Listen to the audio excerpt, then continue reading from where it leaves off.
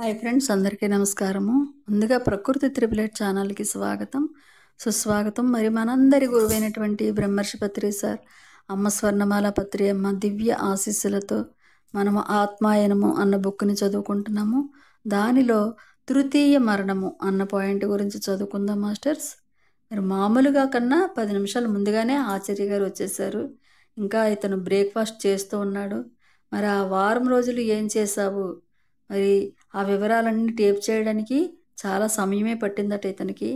ఆ పని పూర్తి కాకుండానే మరి స్నానం చేయడానికి కూడా ఇతను సాహసించలేదు.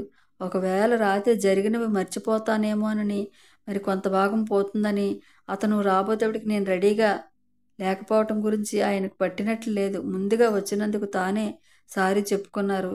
తివాచి మీద తాను ఎప్పుడూ కూర్చున్న చోటే కూర్చొని నేను వ్రాసిన నోట్స్ ఇస్తే చదువుతానన్నారు. టేప్ చేసిన కాగితాలు అతనికి అందించాడనమాట ఆచార్య గారికి. మరి సోమవారం ఆయన వచ్చి వెళ్ళినప్పటి నుంచి ఆ అనుభవాలన్నీ వివరంగా ఇందులో ఉన్నాయి. అవి చదవాలని ఎందుకు అనుకుంటున్నారని అడిగాడండి ఇతను. ఎందుకంటే నేనేం చేస్తున్నానో ఆయనకు బాగా తెలుసని ఇతనికి కూడా తెలుసు. మరి దానికి సమాధానంగా, నిజమే, నీకు బోధించవలసిన బాధ్యత నాకు ఉన్నంతకాలము మానసికంగా నీతో లింకు పెట్టుకొని ఉండడానికి నాకు అనుమతి ఉంది. అందుకే నువ్వు ఏం చేస్తున్నావో నేను గమనిస్తున్నాను. ఆ కాలం పూర్తయ్యాక మన ఇద్దరి మనోమయ శరీరాల మధ్య ఉన్న లింక్ వెంటనే తెగిపోతుంది. అంటే నీకు ఎప్పుడైతే ఈ జ్ఞానాన్ని నేను అందిస్తున్నానో అప్పటి వరకు నీతోనే నాకు లింక్ ఉంటుంది. అది పూర్తయిన తర్వాత నీతో నాకు లింకు తెగిపోతుంది. ఎందుకంటే గత 2 వారాలుగా మనిద్దరం కలిసి ఉండటానికి ఎలాంటి ప్రత్యేకమైన పరిస్థితులు కారణమయ్యాయో అటువంటి పరిస్థితుల్లో మాత్రమే తప్ప మిగిలిన సమయాల్లో ఇతరుల మనసుల్లోకి తొంగి చూడడానికి మాకు అనుమతి ఉండదు. ప్రతి వ్యక్తి తాను చేసే పనులకు తనకు తాను బాధ్యుడు, తన సృష్టికర్తకు బాధ్యుడు. తాను చేసే ఆలోచనలు బట్టే, పనులు బట్టి ఇటు సుఖాన్నో అటు దుఃఖాన్నో అనుభవిస్తాడు. నీ నోట్స్ చదువుతానని ఎందుకన్నానంటే నువ్వు చేసింది ఎంతవరకు నీకు గుర్తుంటుందో తెలుసుకోవాలి కాబట్టి. నువ్వు రాసింది చదవకుండా నేను ఆ విషయం తెలుసుకోలేను కదా. అందుకే చివరి వరకు జాగ్రత్తగా చదివి ఇలా అన్నారట. మంగళవారం రాత్రి గురించి నువ్వు రాసింది బాగానే ఉంది. స్వర్ణ నగరానికి వెళ్ళినప్పుడు ఏం జరిగిందో నీకు చాలా మటుకు గుర్తుంది. అయితే ఒక ముఖ్య విషయం మాత్రం నువ్వు మర్చిపోయావు. నీ గైడ్ నిన్ను ఆ నగర పొలిమేరలోకి తీసుకెళ్ళాడు. అక్కడ ఒక గుంపు చేరి ఉంది. వాళ్ళు తాము సృష్టించిన క్రీస్తు ఆలోచన రూపం తమతో మాట్లాడుతుంటే వింటున్నారు. ఆయన ఏం చెప్పాడో నువ్వు డాఫ్నీ కాసేపు విన్నారు. అప్పుడు నీ గైడ్తో నువ్వు అన్నావు, అక్కడ క్రీస్తు చెబుతున్నదంతా బైబిల్లోని కొత్త నిబంధనలోని వివిధ గ్రంథాల్లో ఉంది అన్న విషయము. దాంతో నీకు రుజువైపోయి ఉండాలి. ఆ మాట్లాడుతున్న వ్యక్తి భూమి మీద క్రీస్తుగా పిలువబడిన మహానుభావుడి కాడిని. ఆయనలో పూర్తి విశ్వాసం ఉన్న ఆయన అనునయుల మనసుల్లో నుంచి, ఆలోచనలో నుంచి ఏర్పరిచిన క్రీస్తుని పోలిన ఆలోచన రూపం మాత్రమేనని. క్రీస్తే గనక నిజంగా మాట్లాడుతూ ఉన్నట్లయితే మరి నిజంగానే ఆయన బ్రతికే ఉన్నాడు. ఈ భూగ్రహం యొక్క ఆధ్యాత్మిక ఎదుగుదలను ఇంకా నియంత్రిస్తున్నాడు. ఆయన చెప్పిన విషయాలు అంత తేలికగా నీ జ్ఞాపక శక్తిలో నుంచి చెదిరిపోయేవి కావు. దాని గురించి డాఫ్నీని అడుగు. ఈసారి కలిసినప్పుడు ఆమె తప్పకుండా నీకు అర్థమయ్యేలా చెప్తుంది. మరి బుధవారం రాత్రి ప్రయోగము నువ్వు వర్ణించిన తీరు నాకు హ్యాపీగా ఉంది. మరి నేను అనుకున్న దానికన్నా బాగా వర్ణించావు. మనోమయంలో చేసిన పనులను మాటల రూపంలో వర్ణించకపోతే కష్టంగా అనిపిస్తుంది, కానీ ముందుగా చెప్పాను నీకు. అయితే నువ్వు గ్రంథస్థం చేసింది చదివిన వాళ్ళందరికీ అర్థమవుతుంది. నువ్వు చెప్పాలని తాపత్రయపడిన దారిలో కొంచెమైనా అర్థమవుతుంది. పోయినసారి నేను చెప్పినప్పుడు నేను చెప్పాలని ప్రయత్నించిన దానిలో చాలా మటుకు నీకు అర్థమైందని నాకు హ్యాపీగా ఉంది. మరి నిన్న రాత్రి నీ తిరుగుల గురించి నేనేం చెప్పవసరం లేదు. ఆ తిరుగుడుకు దాని విలువ దానికి ఉంది. భౌతిక తలము లాగానే హాస్టల్ తలంలో కూడా ఇతర ఆలోచనను పట్టించుకొని వాటికి అనుగుణంగా నడుచుకోవాల్సి ఉంటుందని నీకు ఇప్పటికి అర్థమైంది.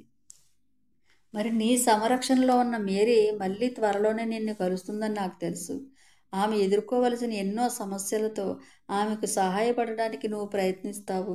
అది నీకు చక్కటి అనుభవం అవుతుంది. మరి ఇదే నీతో చివరిసారిగా మాట్లాడటము. ఈవేళ నీకు తృతీయ మరణం గురించి, అంటే ఆ మనోమయ స్పృహను కూడా వదిలేశాక, అంటే మనోమయ శరీరము చనిపోయాక తమ శాశ్వత దుస్తులైన కారణ శరీరంలో కొంతకాలం జీవించేటప్పుడు మూలాత్మకు ఏమవుతుందో నేను చెప్తాను విను. ఇది నువ్వు చాలా జాగ్రత్తగా వినాలి. ఇది చాలామందికి ఈ సమాచారం నచ్చదు, జీర్ణం కాదు. ఆస్ట్రల్ ప్రపంచం నుంచి మనోమయ ప్రపంచంలోకి ఎలాగైతే వెళ్ళటం జరుగుతుందో తృతీయ మరణం కూడా అలాంటిదే. మనిషి క్రమేణా స్పృహ కోల్పోయి మనోమయ శరీరం నుంచి బయటికి వచ్చి తన కారణ దేహంలో తాను ఉన్నట్లుగా తెలుసుకుంటాడు. ఆ దేహాన్ని కారణ శరీరము అని ఎందుకన్నారంటే అది కారణ స్థాయిలో లేదా కారణ తలములో మాత్రమే పనిచేస్తుంది.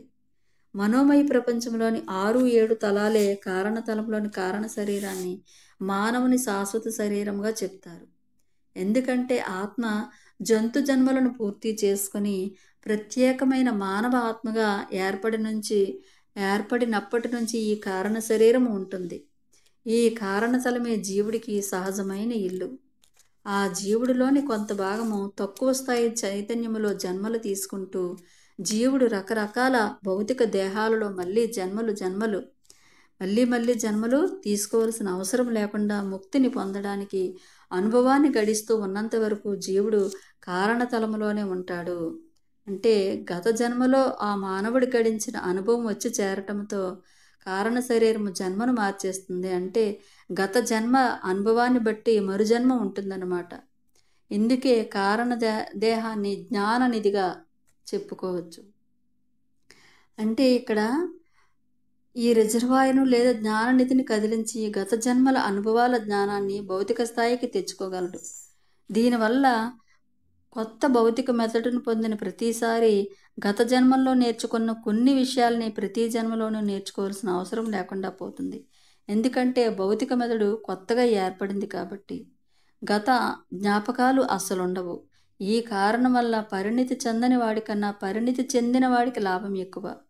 అయితే మనలో ప్రతి ఒక్కరూ ఎదుగుదలలో ఆయా దశలకు వచ్చినప్పుడు ఒకే విధంగా ఉంటాము.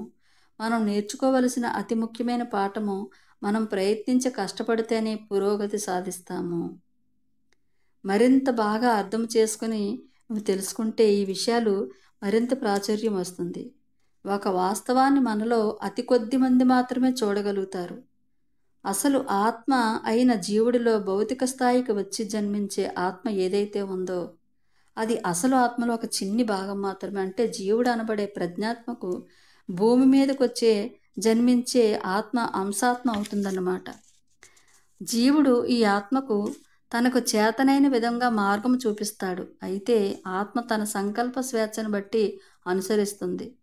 మానవ జన్మ తీసుకునే స్థాయికి రాగానే ప్రతి ఒక్కరికి సంకల్ప స్వేచ్ఛ అనేది ఇవ్వబడింది కదా. మరి కారణ స్థాయిలో భూత భవిష్యత్ వర్తమానాలు అనేవి వేరువేరు కాదు, ఒక్కటే. ఇది నీకు అర్థం కావడానికి భౌతిక తలానికి ఒక ఎగ్జాంపుల్ చెప్తాను విను. ప్రతి 100 గజాలకు మెలికలు తిరుగుతున్న ఒక నదిని ఊహించుకో. ఒక పడవ ఆ నది మీద వెళ్తుంది అనుకో. దాని మీద నిలబడిన మనిషికి నది కొంత దూరం వరకే కనబడుతుంది. మలుపు దాటి వచ్చేశాక ఆ మలుపుకి అవతల వెనుక ఉన్న నదీ భాగం ఇప్పుడు కనిపించదు. ఎదురుగా ఉన్న మలుపు అవతల ఉన్న నదీ భాగం కూడా ఇప్పుడు కనబడదు. మరో వ్యక్తి అదే మార్గంలో హెలికాప్టర్లో వస్తున్నాడు అనుకుందాం. అతనికి అన్ని వంపులలోనే నది మొత్తం కనబడుతుంది, ఎందుకంటే అతను పైనుంచి వస్తాడు కాబట్టి. మరి ఆ పడవ దాటేసి వచ్చిన నదీ భాగము ఇప్పటి పరిస్థితికి ఎదురుగా ఉన్న నదీ భాగం అన్నీ అతనికి స్పష్టంగా కనబడతాయి. మరి ఈ ఎత్తులో ఉన్న వ్యక్తికి ఆ పడవ దాటి వచ్చేసిన నదీ భాగము మొత్తం అంతా కనబడుతున్న దృశ్యము, సమీప భవిష్యత్తులో వారు చూడబోయే దృశ్యము అన్నీ కనబడతాయి. అలాంటి గతం అనేది కానీ భవిష్యత్తు అనేది కానీ ఉండదు, అంతా వర్తమానమే.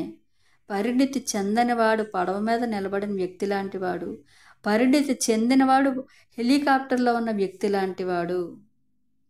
కారణతలంలో జీవుడికి గత జన్మ ఘట్టాలన్నీ సినిమా రీల్లాగా బొమ్మలుగా చూపబడుతుంది. గత జన్మలో సరిగ్గా తాను ఎక్కడ ఏ విషయంలో ఫెయిల్ అయ్యాడో, ఎక్కడ ఏ విషయంలో అద్భుతంగా చేశాడో అవి బొమ్మల ద్వారా తెలుసుకుంటాడు. తరువాత జన్మ ఎలాంటిది ఉండబోతుంది, తన వ్యక్తిత్వంలో ఎలాంటి మార్పులు వస్తే తాను పురోగమిస్తాడో ఆ బొమ్మల్లో కనబడుతుంది. మరి పరిణితి చెందనివాడు ఇవన్నీ చూసినప్పుడు తన పరిమిత జ్ఞానం వల్ల దీని ప్రాముఖ్యతను అతను అర్థం చేసుకోలేడు. అదే పరిణితి చెందిన వ్యక్తి అర్థం చేసుకుంటాడు. ఆ పరిణితి చెందినవాడు పడవ మీద ప్రయాణికుడు లాంటివాడు. పరిణితి చెందనివాడు పడవ మీద ప్రయాణం. పరిణితి చెందినవాడు హెలికాప్టర్లో ఉన్న వ్యక్తి లాంటివాడు. మరి గత జన్మలో తాను చేసిన పొరపాట్లకు ఫలితాలు మాత్రమే కాదు, అసలు ఆ తప్పులు తాను ఎందుకు చేశాడో కూడా అతనికి అర్థమవుతుంది. మరుజన్మలో ఆ విధంగా ఫెయిల్ కాకూడదని నిర్ణయించుకుంటాడు. కనుక గత జన్మల తాలూకా బొమ్మల ద్వారా అతను నేర్చుకున్న పాఠాలన్నీ అతని నిర్మాణంలోకి వెళ్ళిపోయి ఆ నిర్మాణంలో భాగమవుతాయి. ఆ నిత్యానువులో అతని అన్ని గత జన్మల అనుభవసారం ఉంటుంది.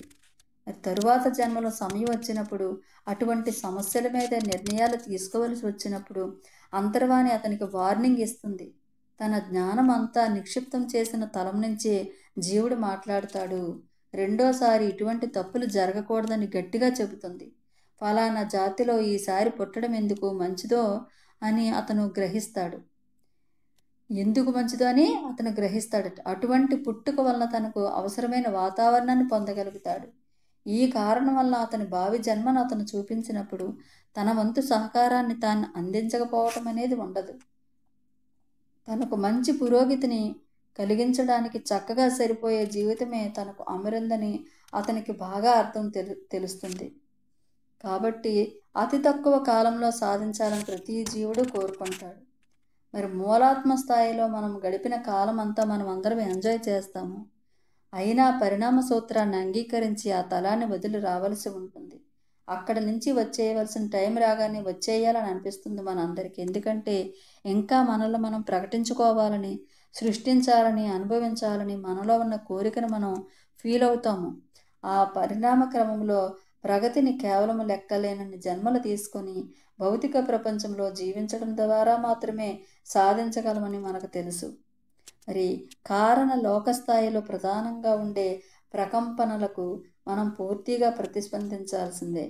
మనము పరిణామం చెందుతూ మళ్ళీ మనము జన్మ తీసుకోవటము ఇంకా అవసరం లేని దశకు చేరుకోవాలి. భౌతిక స్థాయిలో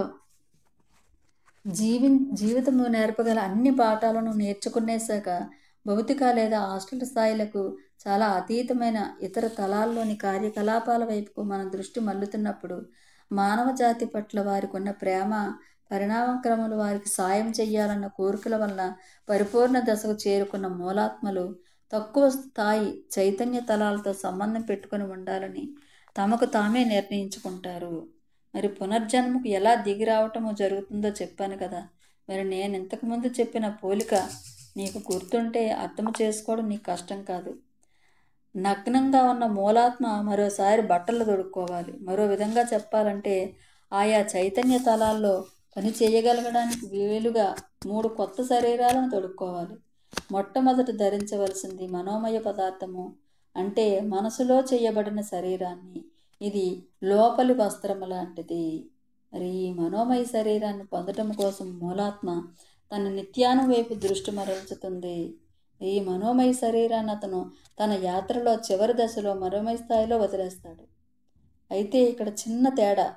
ఇంతకు ముందున్న మనోమయ శరీరం కంటే ఇది మెరుగైనదే ఉంటుంది. ఎందుకంటే క్రితము జన్మలో సాధించిన మనోమయ ఫలితాలు కూడా ఇందులో చేరి ఉంటాయి. కొత్త జన్మలు వచ్చేటప్పుడు కొత్త మనోమయ శరీరంలో వస్తాడు. ఇందులో అన్ని గత జన్మల తాలూకా జ్ఞానము నిక్షిప్తమే ఉంటుంది.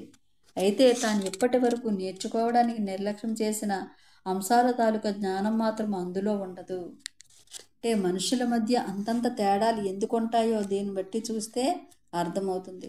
వాళ్ళు ధరించిన మనోమయ శరీరాలను బట్టి వాళ్ళ తెలివితేటలు ఉంటాయి. కనుక అనేక జన్మల అనుభవాల ఫలితంగా పొందిన చక్కని తెలివితేటలున్న వ్యక్తి తనకన్నా తక్కువ అనుభవాలు, తెలివితేటలు గల వ్యక్తి గలవారిని నష్టపరిచి లాభం పొందాలనుకోవటం లాంటివి చేయకూడదు. తన తమ్ముళ్ళలాంటి వారందరి అభివృద్ధికి పాటుపడాలా కానీ ఆటంకం కారాదు. మరి తన కోసము తానొక కొత్త మనోమయ శరీరాన్ని సృష్టించుకున్నాక ఒక అడుగు ముందుకు వేస్తాడు. అప్పుడు తన హాస్టల్ అనుభవైపు దృష్టి మరల్చుతాడు. దానికి ప్రాణం పోస్తాడు. అది వెంటనే తన చుట్టూ హాస్టల్ శరీరాన్ని సృష్టించుకుంటుంది. ఆ హాస్టల్ శరీరము గత జన్మలో తాను ఎంత ఎమోషనల్ ప్రగతిని సాధించాడో అదంతా ఈ కొత్త హాస్టల్ శరీరంలో ఉంటుంది. దీనివల్ల ఈ జన్మలో అతనికి ఉపయోగం ఉంటుంది. హాస్టల్ తలం వాతావరణంలో ఉన్నంతకాలము తాను చేసిన పనుల ఫలితాలు ఈ కొత్త శరీరంలో ఉంటాయి. అంటే ఉదాహరణకు సంగీతాన్ని ఎంత లోతుగా అభ్యసించి ఉంటే తరువాతి భౌతిక జన్మలో సంగీతంలోకి వెళ్ళాలన్న తపన, సంగీతాన్ని వృత్తిగా చేసుకొని లేదా కేవలం ఆనందించడానికైనా అతనిలో ఉంటుంది. దాంతో సంగీతంలో రాణించటం అతనికి ఈజీ అవుతుంది. మరి గతంలోని హాస్టల్ శరీరం కంటే ఈ కొత్త హాస్టల్ శరీరం చాలా సున్నితంగా ఉంటుంది. అంటే పాత శరీరం కంటే ఈ కొత్త శరీరము ఎమోషన్ మరింత నమోదు చేసుకుంటుంది. ఇక తరువాత ఓవర్ కోట్ లాంటి భౌతిక శరీరం దగ్గరకు వస్తాడు. భౌతిక ప్రపంచంలో ఒక కుటుంబంలో మామూలుగా జన్మించడం అనే ప్రక్రియ భౌతిక శరీరాన్ని పొందుతాడు. గత జన్మ శరీరం కంటే ఈ జన్మ శరీరం మేలైనదిగా ఉండాలని లేదు. ఈ కొత్త జన్మలో ఏమేమి పాఠాలు నేర్చుకోవాలని వచ్చాడో దానికి అనుగుణమైన శరీరం ఉంటుంది. ఆ జన్మకి అవసరమైన లక్షణాలతో ఉంటుంది. ఇక్కడ మొదట నిర్ణయించవలసింది ఏంటంటే వ్యక్తిత్వంలో ఎటువంటి మార్పును సాధించాలి. దానికి వచ్చే సమాధానం మీద చాలా నిర్ణయం అవుతాయి. అలా నిర్ణయం అయ్యే విషయాల్లో మొదటిది ఏంటంటే ఆ జీవుడు ఏ జాతిలో పుట్టాలన్న విషయం. అంటే ప్రతి జాతికి కొన్ని లక్షణాలు. నువ్వు బ్రిటిష్ వాడివి, మరి నీ జాతినే ఒక ఉదాహరణగా తీసుకుంటాను. బ్రిటిష్ వాడి విలక్షణమైన లక్ష్యం ఏమిటి? విధి నిర్వహణకు అంకితమై ఉండటము. జన్మ తీసుకోవడానికి వస్తున్న మూలాత్మ గత జన్మలో కష్టాలను ఎదుర్కోవడానికి నిరాకరించిన వాడే ఉంటే కష్టాలను ఎదుర్కొనే ధైర్యం లేక పిరికితనముతో ఆత్మహత్యకు కూడా పాల్పడి ఉండవచ్చు. అంటే ఏ కుటుంబంలో తాను పుట్టినట్లయితే గత జన్మలో తాను వ్యక్తిగతంగా కర్మ సంబంధాలు ఏర్పరచుకున్న వారిలో కొందరితో ఈ జన్మలో కాంటాక్ట్ ఏర్పడుతుందో అలాంటి కుటుంబాన్ని అతను ఎంచుకోవాలి. కర్మ సంబంధాలు అనేవి ప్రేమ ద్వారా, ద్వేషం ద్వారా, పెళ్లి ద్వారా, తల్లిదండ్రుల ద్వారా, ఒక అక్రమ సంతానానికి తండ్రి అవటం ద్వారా, కష్టాలలో ఉన్న ఆడదాన్ని సహాయం చేయకుండా వదిలేయటం ద్వారా ఇలా ఎన్నో రకాలుగా ఏర్పడతాయి. ఇలా ఏర్పరచుకున్న ఏ కర్మనైనా తీర్చుకోవలసిందే. వంశ పారంపర్యత అనేది నిర్ణయించబడవలసిన మరో అంశము. ఆ వ్యక్తి ఆరోగ్యంగా ఉండాలా, అనారోగ్యంతో బాధపడాలా, చూడడానికి అందంగా ఉండాలా, మామూలుగా ఉండాలా, ఎటువంటి బుర్ర కలిగి ఉండాలి, ఇవన్నీ నిర్ణయం ఒక జరగాలి. ఎటువంటి తల్లిదండ్రులు వ్యక్తిగతంగా సరిపోతారో చూడాలి. వాళ్ళ తత్వం ఎలాంటిదో, వాళ్ళ వైవాహిక జీవితము తనకు సరిపోతుందో లేదో చూసుకోవాలి. మాతృత్వం పొందాలనుకుంటున్న తల్లికి పుడితే ఆ బిడ్డ సుఖంగా పెరగాలని ఆ తల్లి తనకు చేతనైనంత కృషి చేస్తుంది. అటువంటి తల్లి కడుపున పుట్టాలా వద్దా అని నిర్ణయించుకోవాలి. తనని ఒక సాటి జీవుడిగా భావించి తన ఇష్టాలను గమనించుకొని, అంటే సంగీతం లాంటి ఏ విద్యలో ఆసక్తి ఉందో తెలుసుకొని ప్రోత్సహించే తల్లిదండ్రులకు పుట్టాలా, లేక చికాకు కలిగే విధముగా తన ఇష్టాలను పట్టించుకోకుండా తాను పెరిగి పెద్దయ్యాక కూడా తన మీద పెత్తనం చేసే తల్లిదండ్రులకు పుట్టాలా అని నిర్ణయించుకోవాలి. మత సహనం ఉన్న తల్లిదండ్రులకు పుట్టాలా, లేక మత సహనం లేని వాళ్ళకి పుట్టాలా నిర్ణయించుకోవాలి. మరి ఇటువంటి ఏర్పాట్లన్నీ పూర్తయ్యాక ఆ జన్మకు తగిన లగ్నాన్ని నిర్ణయించాక బిడ్డ పుట్టడం జరుగుతుంది. ఇక పుట్టేటప్పుడు కానీ పుట్టిన తర్వాత కానీ ఎదురయ్యే ఇబ్బందులను అధిగమించవలసిన బాధ్యత ఆ జీవుడిదే. కొన్నిసార్లు దేశాధినేతలు అయ్యేవాళ్ళు నిరుపేద కుటుంబంలో కలతల మధ్య పడతారు. తన మార్గంలో వస్తున్న ఆటంకాలను అధిగమించవలసిన జీవుడు భౌతిక ప్రపంచంలో మరుజన్మ తీసుకోవలసి వచ్చినప్పుడు ఉన్నతమైన సిద్ధాంతాలు కలిగిన చక్కని వాతావరణం కుటుంబంలో పుట్టే అవకాశం అన్ని విధాలా ఏర్పడుతుంది. అంటే ముగించబోయే ముందు పిల్లలను పెంచడం అనే ముఖ్యమైన విషయాన్ని గురించి కొంచెం చెప్పాలి. బిడ్డలను పెంచడం పట్ల ఆ తల్లిదండ్రుల దృక్కోణము ఆ బిడ్డ పరిణామానికి సహాయపడవచ్చు. మరి నేను చెప్పిన దాన్ని బట్టి ఈ విషయం నీకు అర్థమై ఉంటుంది. బిడ్డల అవసరాల పట్ల దృష్టిని సారించే తల్లిదండ్రుల సంఖ్య ఎంత ఎక్కువగా ఉందంటే ఎదిగిన ఆత్మల జీవన ప్రయాణంలో వాళ్ళను నడపవలసిన కుటుంబాలు దొరకడమే కష్టమవుతుంది. మరి బిడ్డల పెంపకము ఎంత ముఖ్యమైనదో నువ్వు అర్థం చేసుకోవాలంటే ప్రధానంగా మానవుని ఎదుగుదలకు అవసరమైన కొన్ని వాస్తవాలను నేను నీకు చెప్పే ఉండాలి. ఇప్పుడు చెప్పాలి అదంతా కూడా. 7 సంవత్సరాలు అంటే ఒక్కో భాగంగా మానవుడి ఎదుగుదలను విభజిస్తారు. అంటే ఒక్కో భాగంలో ఒక్కో కొత్త శక్తి లక్షణము కనబడుతూ ఉంటాయి. భౌతిక శరీరంలో ఉండే జీవుడి యొక్క పెరుగుదల కార్యకలాపాలతో వీటికి సన్నిహిత సంబంధం ఉంటుంది. పుట్టుక అని దేనిని అంటున్నామో అది భౌతిక శరీరము కంటికి కనబడటం మాత్రమే. మరి దృశ్యమాన భౌతిక శరీరము జీవుడి ఇతర అదృశ్య శరీరాల కన్నా తొందరగా చాలా తక్కువ కాలంలో పూర్తి సామర్థ్యాన్ని సంతరించుకునే స్థితికి వస్తుంది. అంటే తల్లి గర్భంలో ఉన్నప్పుడు ఈ భౌతిక పిండము కాపాడబడుతూ ఉంటుంది. అదే విధముగా సున్నితమైన ఎథరిక్ ఆస్ట్రల్ మనోమయ శరీరాలకు ప్రకృతి లేదా విశ్వ గర్భములో వాటి రక్షణ పొరలు ఉంటాయి. ఎథరిక్ శరీరానికి ఈదర్ రక్షణ పొర, ఆస్ట్రల్ శరీరానికి కోరిక అనే పదార్థంతో తయారైన రక్షణ పొర, మనోమయ శరీరానికి మనసు పదార్థంతో తయారైన రక్షణ పొరలు ఉంటాయి. ప్రపంచ పరిస్థితులను తమంతట తాను ఎదుర్కోగలిగే స్థితికి అవి ఎదిగి పరిపక్వమయ్యే వరకు ఈ రక్షణ పొరలు ఉంటాయి.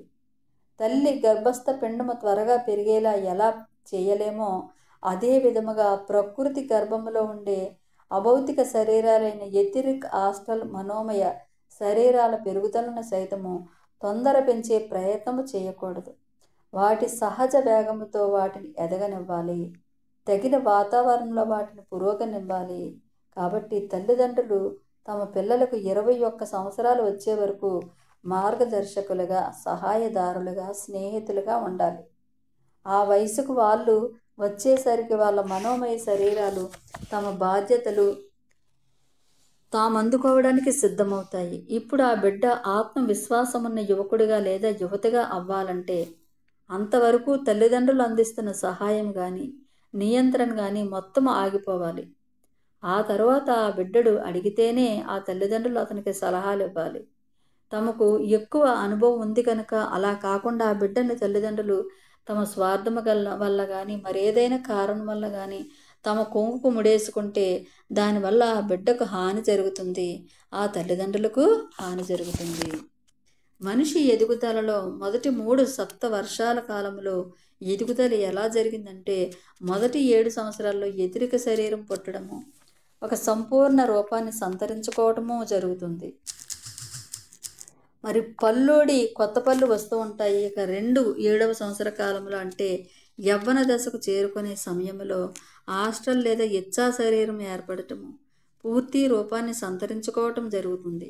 ఇక మూడవ 7 శరీరాల కాలంలో అంటే 21 సంవత్సరాలు వచ్చే లోపల మనోమయ శరీరం రూపొందుతుంది, అంటే టీనేజ్. ఆ సమయంలో వాళ్ళతో వేగడం కూడా కష్టమే. కొత్తగా పుట్టిన బిడ్డలో ఈ 3 శరీరాలలోని నెగిటివ్ లక్షణాలు చురుకుగా పనిచేస్తూ ఉంటాయి. ఆ బిడ్డ రకరకాల శరీరాలను పూర్తిగా ఉపయోగించుకోగలిగే లోపల ఆ ఒక్కొక్క శరీరంలోని పాజిటివ్ లక్షణాలు పరిపక్వం కావాలి.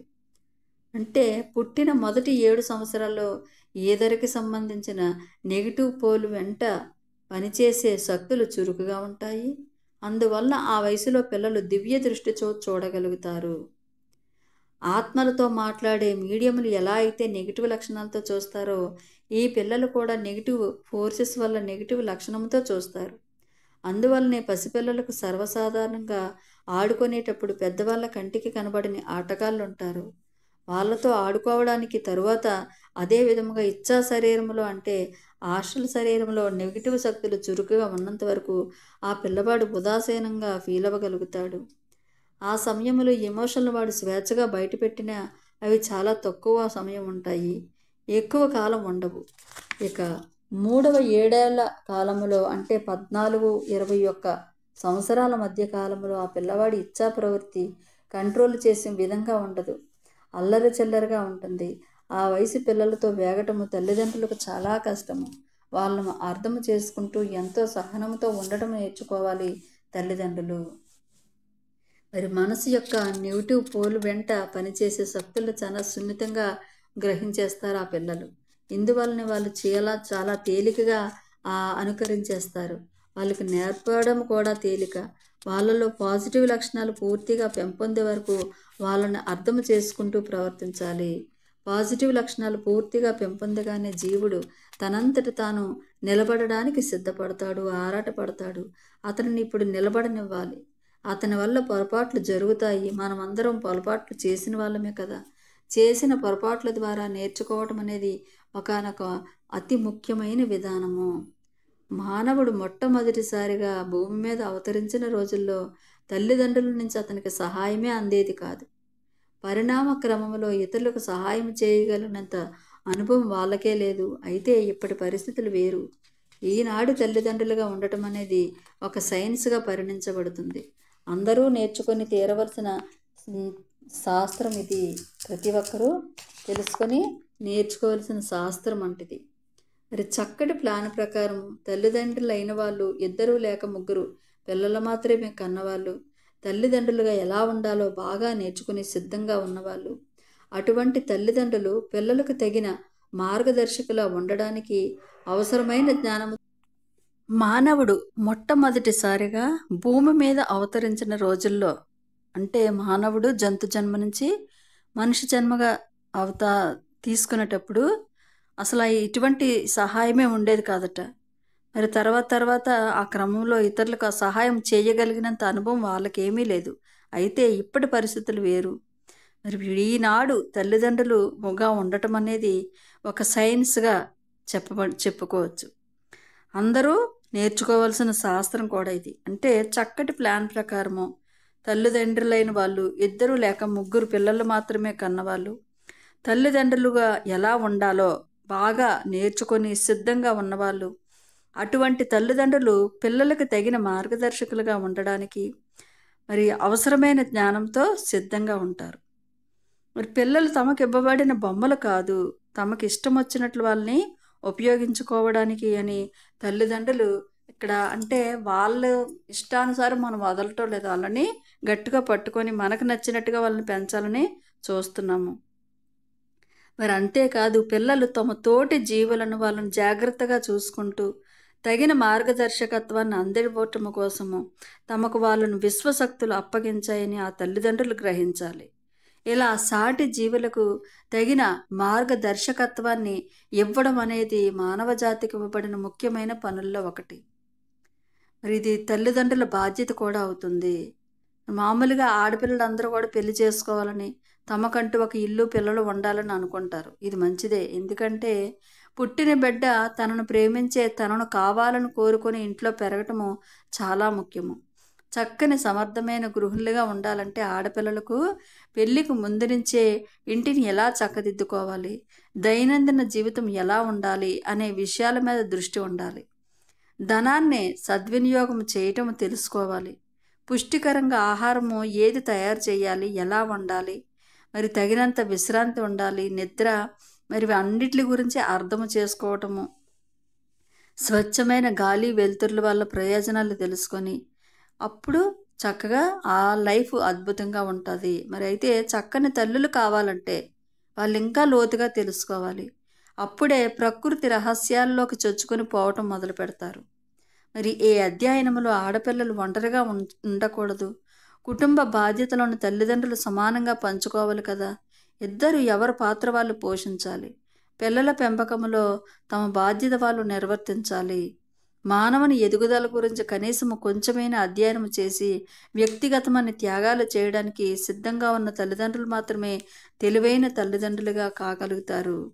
మరి తమకు అప్పగించబడిన కార్యాన్ని చక్కగా నిర్వర్తించాలంటే తల్లిదండ్రులు తామే ఉదాహరణగా చూపించి నేర్పడానికి సిద్ధపడిపోయి ఉండాలి. ఎందుకంటే ఒక బిడ్డ అనుసరించినట్లు ఈ ప్రపంచంలో ఇంకెవ్వరూ ఏదీ అనుసరించలేరు. నిజానికి అనుకరణ ద్వారానే పిల్లలు ప్రధానంగా నేర్చుకుంటారు. కనుక తల్లిదండ్రులు తమ బిడ్డలు తమను చూచి ఏ లక్షణాలైతే అనుకరించకూడదో నేర్చుకోకూడదని కోరుకుంటారు, అటువంటి లక్షణాలు తమలో లేకుండా చూసుకోవాలి. అంటే తల్లిదండ్రులు ఏ పని చేస్తే పిల్లలు అదే చేస్తారు. కాబట్టి మనం ఇక్కడ తల్లిదండ్రులుగా చాలా జాగ్రత్తగా మనం అక్కడ వ్యవహారం చేయాలి. ఇక బిడ్డలోని ఎమోషనల్ ఎదుగులో సహాయం చేయాలంటే పిల్లలు పసివాళ్ళుగా ఉన్నప్పటి నుంచి 2 విషయాలను ఇంట్లో ఫ్రీగా చర్చిస్తూ ఉండాలి.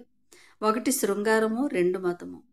మరి తల్లిదండ్రులు కావడానికి సిద్ధపడే దంపతులు వృక్ష జంతు మానవ సామ్రాజ్యాల్లోని జీవశాస్త్రాన్ని అధ్యయనం చేసి ఉంటారు. మరి కనుక పసిపిల్లలకు వివిధ జీవజాతుల్లో పునరుత్పత్తి సూత్రాల గురించి వాళ్ళ వయసుకు వాళ్ళ అవగాహనకు తగినట్లుగా చెప్పడంలో కష్టమే అనిపించదు. మరీ చిన్నపిల్లలకైతే వృక్ష ప్రపంచానికి సంబంధించి అద్భుతమైన ఫెయిరీ కథలను కల్పించవచ్చు. పిల్లలకు అందుకే సరాలుండే పూలను చూపించి వాటిని ఆడపిల్లలతో పోల్చవచ్చు. కర్ణిక ఉండే పూలను చూపించి వాటిని మగ పిల్లలతో పోల్చవచ్చు. పూల పుప్పొడి తిత్తుల మీద ఉండే పుప్పొడిని తేనెటీగల కాళ్ళకుండే పుప్పొడి సంచులను పిల్లలకు చూపించవచ్చు. అంటే మనం అది అసలు ఈ విషయాలు చెప్పడానికే ఇష్టపెట్టుకోము, కానీ వాళ్ళకి ఇలా చిన్న చిన్న బొమ్మలనేమో ఆ వస్తువుల్ని లేదంటే ఆ జంతువుల్ని చూపించి వాళ్ళకి చెప్పాలి అని చెప్తున్నారు. తనకు తాను ఆలోచించుకోగల వయసు ఆ బిడ్డకు వచ్చాక అప్పుడు వాటి గురించి ఆలోచించవచ్చు. మనము ఉన్న ఈ కాలానికి, త్వరలో రాబోయే కాలానికి సరిపోయే యేసు శరీరములో క్రీస్తు చేసిన బోధనలోను ఆయన జీవితంలోను, అదేవిధంగా బుద్ధుడు మతస్థాపకుల జీవితాలలోనూ బోధనలోనూ కనిపిస్తుంది. మనకి ఏదో తెలిసి ఏదో నచ్చినట్టు ఉండకపోయినట్లయితే అనుసరించి జీవించడానికి అద్భుతమైన నమూనాలు ఉన్నాయి. కాబట్టి పిల్లలకు మత బోధగా ఆ బోధకుల జీవితాలను నాటకాలుగా చేసి ఆ రూపంలో నేర్పండి. తల్లిదండ్రులు ఆ జీవితాన్ని ప్రతిస్పందించడం అనే దానిని, అంటే వాళ్ళు ఏదైతే పెద్దవాళ్ళు చేస్తున్నామో పిల్లలు అదే చేస్తున్నారు. అలాగే విశ్వ ప్రేమను, విశ్వ సౌభ్రాతృత్వాన్ని కూడా వాళ్ళకి నేర్పించడము ఖచ్చితంగా చేయండి. పిల్లల దృష్టితో చూడటము, వాళ్ళ కోణము నుంచి ఆలోచించటము, వాళ్ళ వేళ్లతో తాకి చూడటము, వాళ్ళ మనసుల్లో ప్రశ్నించటం ద్వారా తమకు తాము శిక్షణ ఇచ్చుకొని ఏ తల్లిదండ్రులైతే సహనము, అవగాహనతో నేర్చుకుంటారో అటువంటి తల్లిదండ్రులు పిల్లలను విద్యావంతులు చేయటం అనే కార్యక్రమం పూర్తయ్యేసరికి తమ గురించి తాము తెలుసుకొని ఉంటారు. అలాగే సాటివారికి ఓర్పుతో, నేర్పుతో సహాయం చేయగలిగి ఉంటారు. తమ ఎదుగుదలలో, అంటే పిల్లలు పెంచటం పూర్తి అయ్యాక వాళ్ళు చేయవలసిన పని ఇదే అవుతుంది. ఈ పని చేయటం వల్ల వాళ్ళు తమ ఆధ్యాత్మిక నిర్మాణంలో పాజిటివ్ లక్షణాలను పెంపొందించుకుంటారు. పిల్లలను విద్యావంతులుగా, సంస్కారవంతులుగా చేయటం అనేది తల్లిదండ్రులు ఒక మార్గదర్శకంగా ఉండి తమనే ఉదాహరణగా చూపించడము ఎంత ముఖ్యమో చాలా టూకీగా మాత్రమే నేను నీకు చెప్పగలిగానంటే ఆచార్య ఇదంతా కూడా చెప్తున్నారనమాట. అటువంటి విద్యను నేర్పడానికి అనుసరించవలసిన పద్ధతుల గురించి లోతుగా చెప్పడానికి నాకున్న సమయం సరిపోలేదు.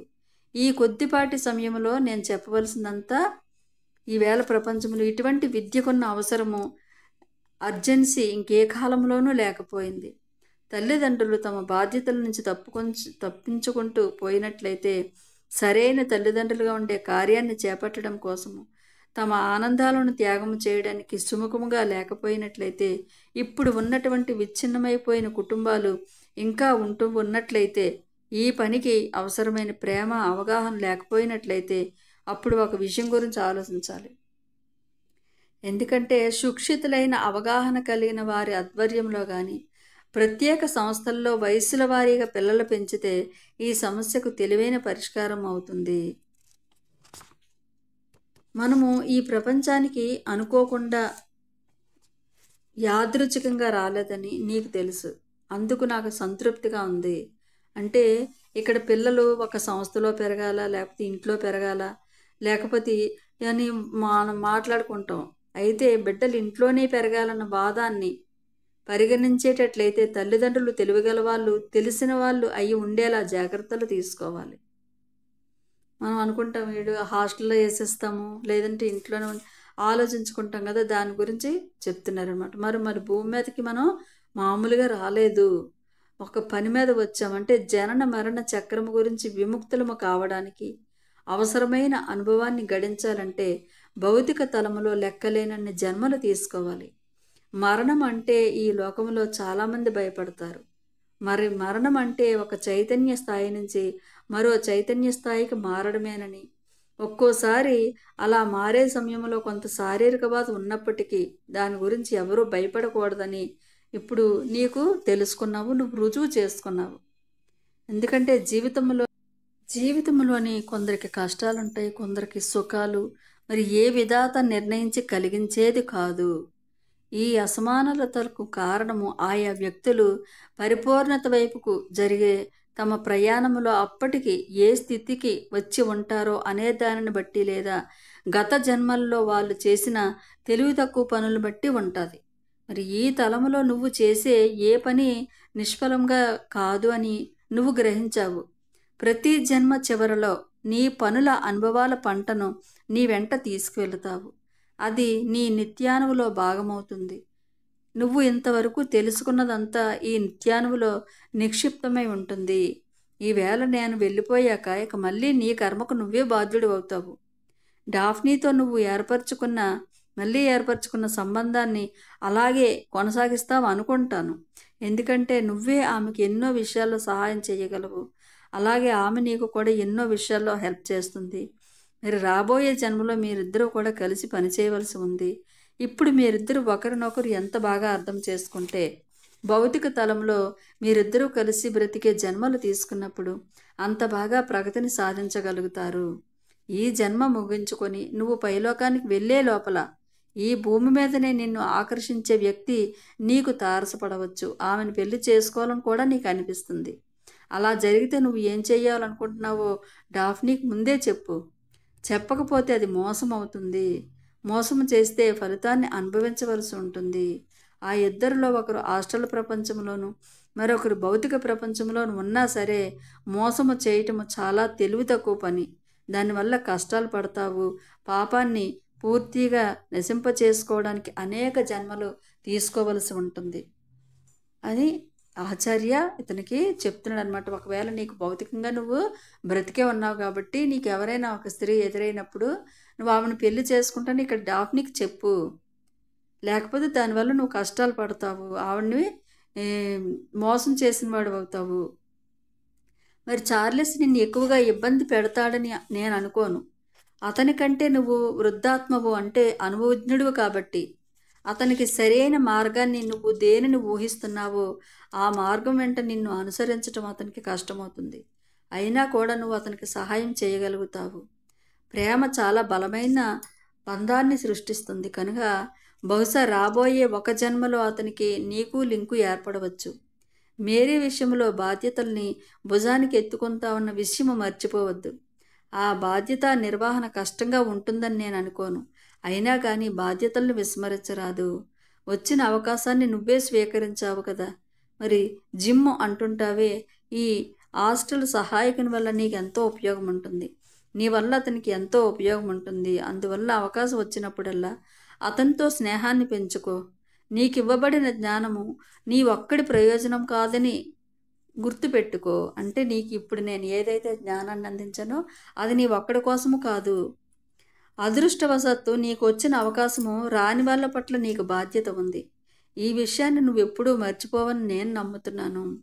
నిజమైన జ్ఞానాన్నంతా పంచుకుంటూ ఉండాలే తప్ప తానొక్కడే పడాలని దాచుకోకూడదు. ఇతరులతో జ్ఞానాన్ని పంచుకోవటం వల్ల నీకు మరింత ఆనందం కలగటమే కాదు, వాళ్ళు కూడా నీ సహాయం వల్ల ఎంతో లాభం పొందుతారు.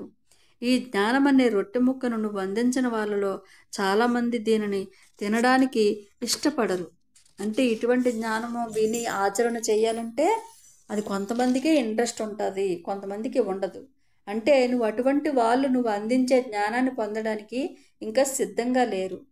అలా అని నువ్వు చెప్పేది వాళ్ళు వినే అవకాశాన్ని వాళ్ళకి ఇవ్వటమో నువ్వు మానవద్దు. అందుకే సార్ చెప్తారు, మనం చెప్తూనే ఉండాలి. తర్వాత వాళ్ళే ఆ టైం వచ్చినప్పుడు నేర్చుకుంటారు. ఆ టైం వచ్చేటప్పుడు మరి ఇక నీ దగ్గర సెలవు తీసుకుని వెళ్ళవలసిన టైం నాకు వచ్చేసింది. మరి అంత మాత్రాన్ని మళ్ళీ మనం కలవమని కాదు, గత కొన్ని వారాలుగా మన మధ్య ఏర్పడిన బంధం ఏదైతే ఉందో దాని ఫలితాలు దానికి తప్పనిసరిగా ఉంటాయి. ఒకసారి ఒక లింక్ ఏర్పడ్డాక అది పూర్తిగా తెగిపోవటం అన్నది సాధారణంగా ఉండదు. నేనిప్పుడు నిన్ను వదిలి వెళ్ళాక నువ్వేం చేస్తుంటావో నాకు ఇక తెలియదు. నీకు శిక్షణ ఇస్తున్న ఈ కొద్ది కాలం పాటు తెలుసుకుంటూ ఉండడానికి నాకు అనుమతి ఉంది. ఇక ఇప్పుడు అవకాశం ఉండదు. నువ్వు సాధించిన ప్రగతి ఇలాగే కొనసాగుతూ ఉండటంలో నాకు ఎటువంటి అనుమానము లేదు.